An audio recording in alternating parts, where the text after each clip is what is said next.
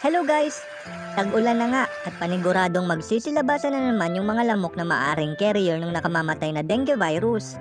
Kaya naman ito ang pinakamainam na panahon upang mag-propagate nitong Drosera filiformis. Ang dami niyang seed pods, no? Isa-isa kong pinuputol yung kanyang mga dahon at ito yung gagamitin ko sa pag-propagate nito. Minsan na akong tinamaan ng dengue virus at muntik ko pang ikamatay ito. Mabuti na lamang na isugod ako sa ospital.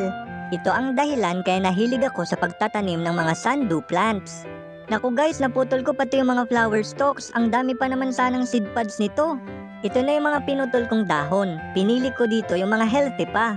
Ngayon puputulin ko sa 3 bahagi yung mga dahon.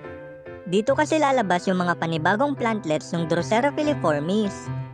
Ibababad ko itong mga dahon dito sa tubig ulan ng mga 2 hanggang sa 3 linggo.